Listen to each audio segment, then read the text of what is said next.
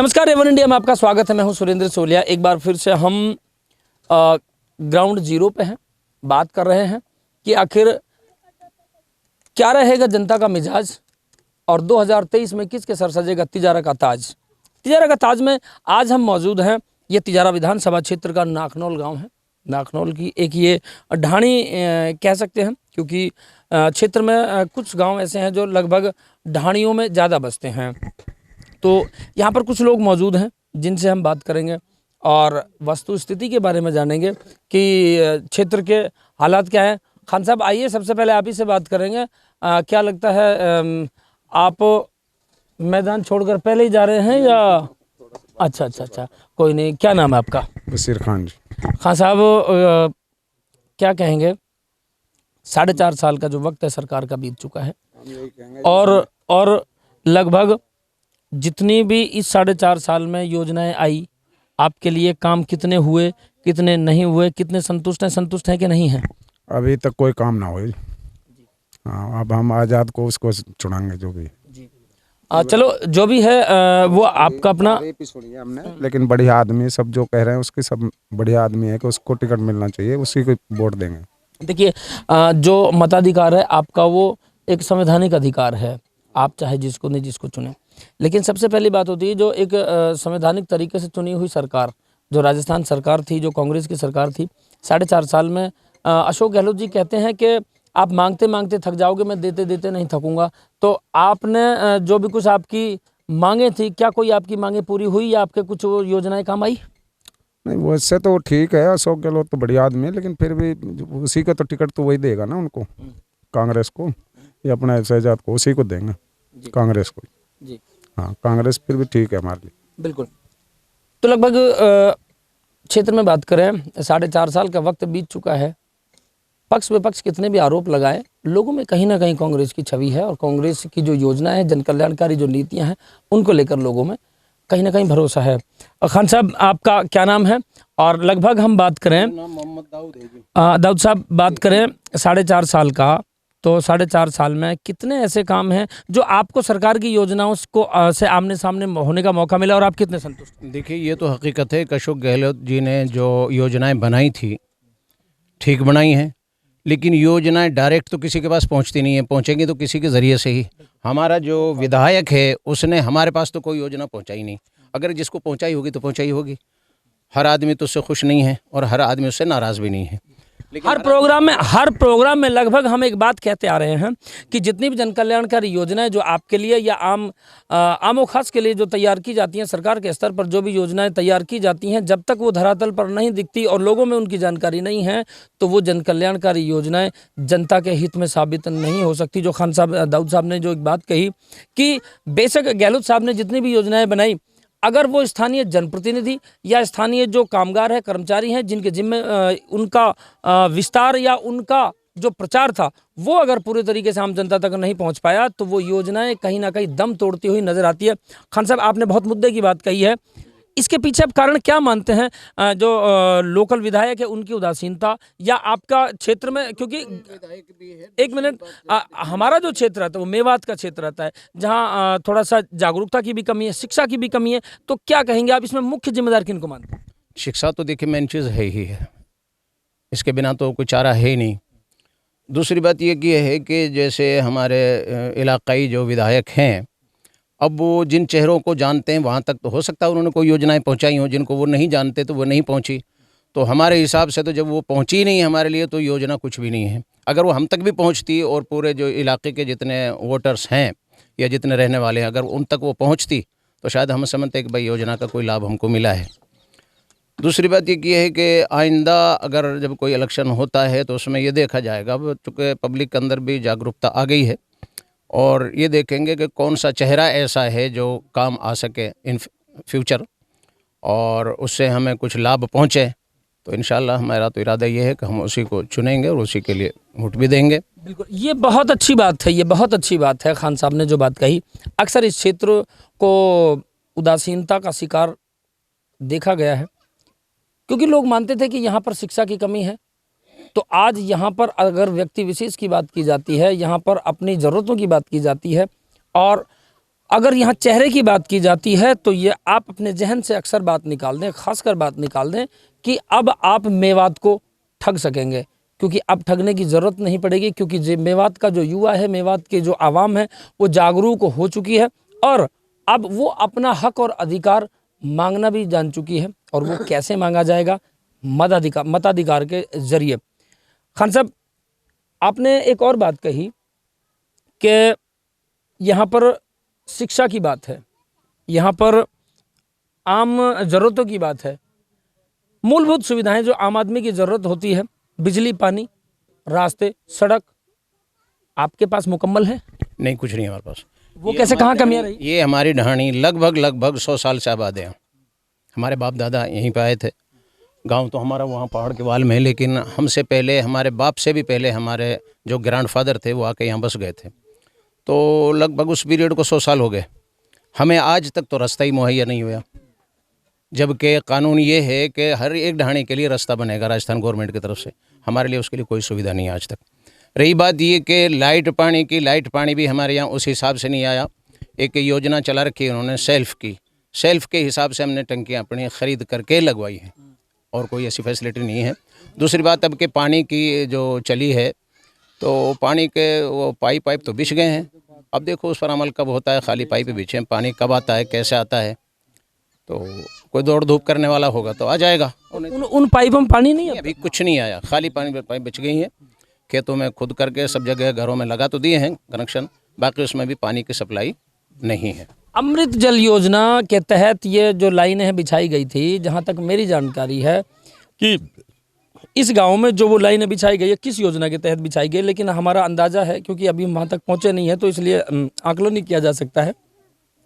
अमृत जल योजना के तहत गांव में जो जलापूर्ति का काम जो किया गया था, बहुत सारे जो गांव हैं वहाँ पर जो लाइनें ये दबाई गई जलापूर्ति के लिए, वहाँ बहुत जगह सुचारू हो चुकी है, बहुत जगह सुचारू नहीं हो सकी है। तो खान साहब ने जो कहा कि अभी तक वहाँ पर पानी भी नहीं पहुँचा है, तो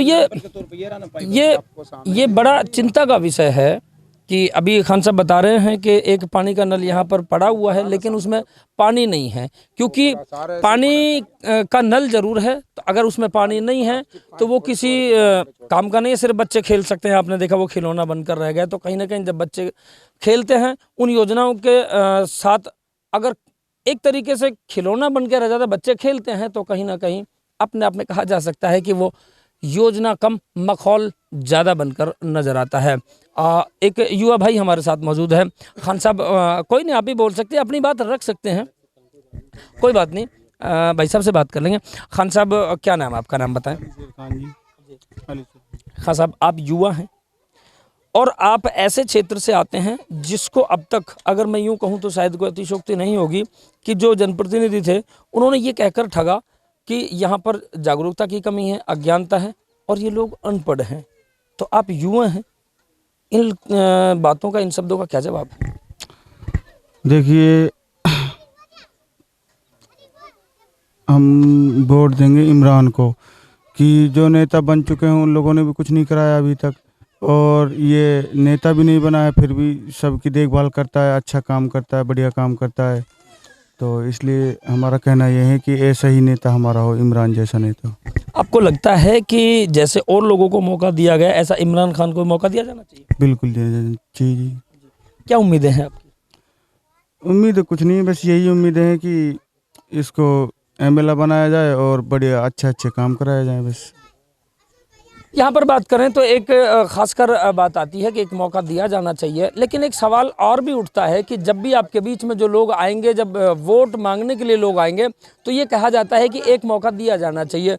लेकिन ये क्या गारंटी है युवाओं में, जिस तरह से फ़ैन फॉलोइंग इमरान खान साहब की जो बढ़ती जा रही है, उसमें ये सवाल एक बहुत बड़ा है कि ये क्या गारंटी है कि कुछ सारे लोग जो नेता बीच में आते हैं और जब वो चुनाव जीत जाते हैं, जो कामयाबी हासिल कर लेते हैं, तो वो आपके बीच में आते नहीं हैं। जैसा अब तक आप ही के बीच के लोगों ने हमसे बातचीत में जो बताया, वो खासकर ये चीज़ें हैं।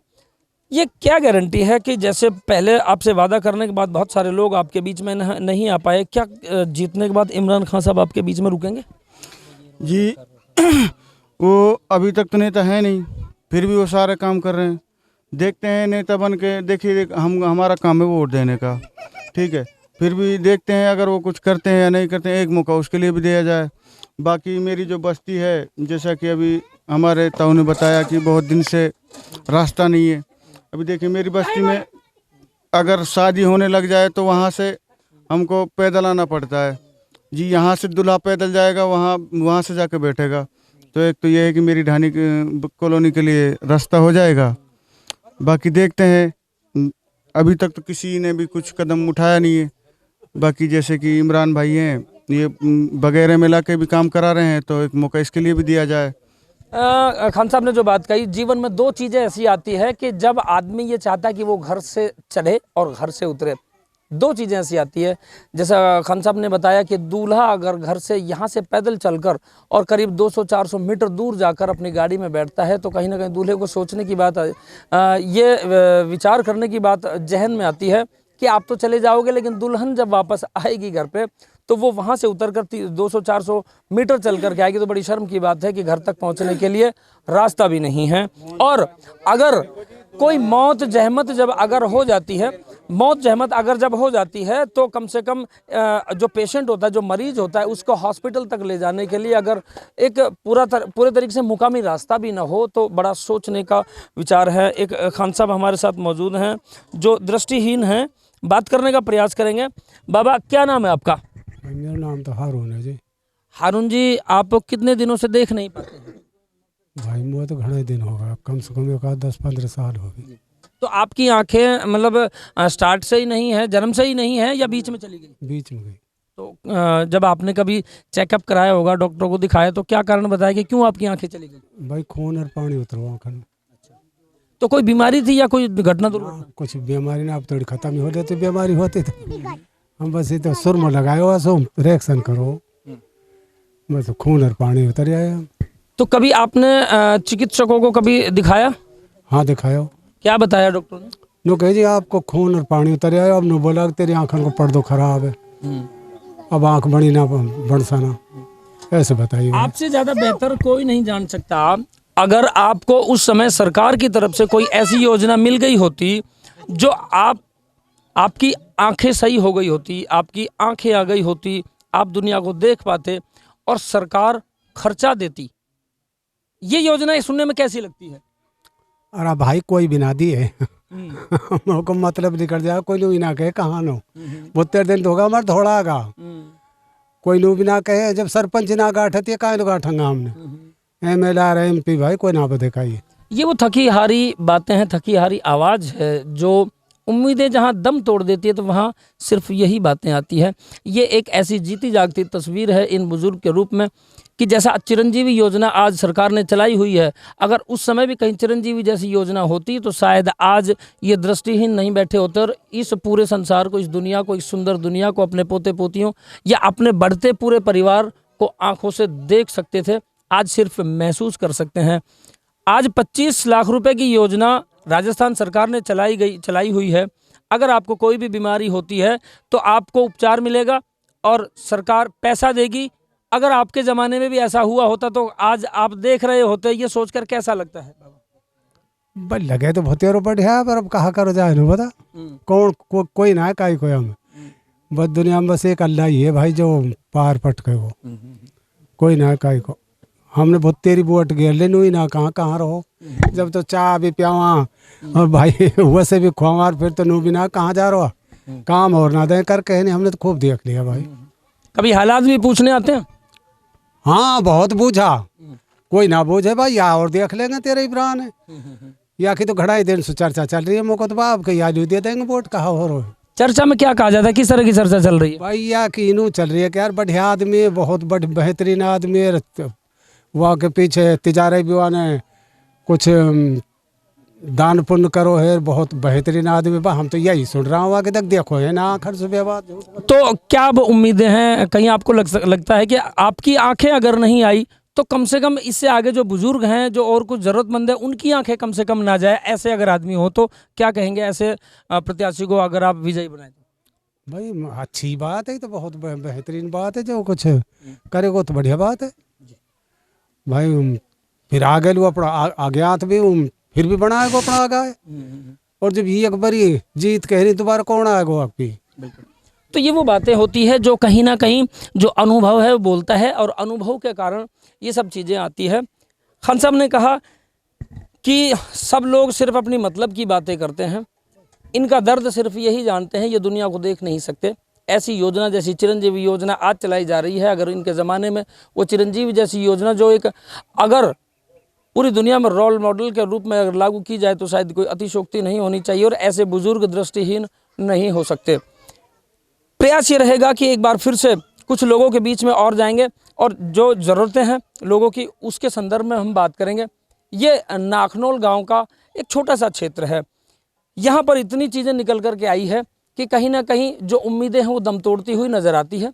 प्रयास करेंगे एक बार फिर से आपके साथ जुड़ने का, और कुछ ज़मीनी स्तर पर जाकर यानी धरातल पर जाकर के ये प्रयास करेंगे कि आखिर क्या है जनता का मिजाज और 2023 में किसके सर सजेगा। तिजारा का ताज देखते रहिए A1 इंडिया।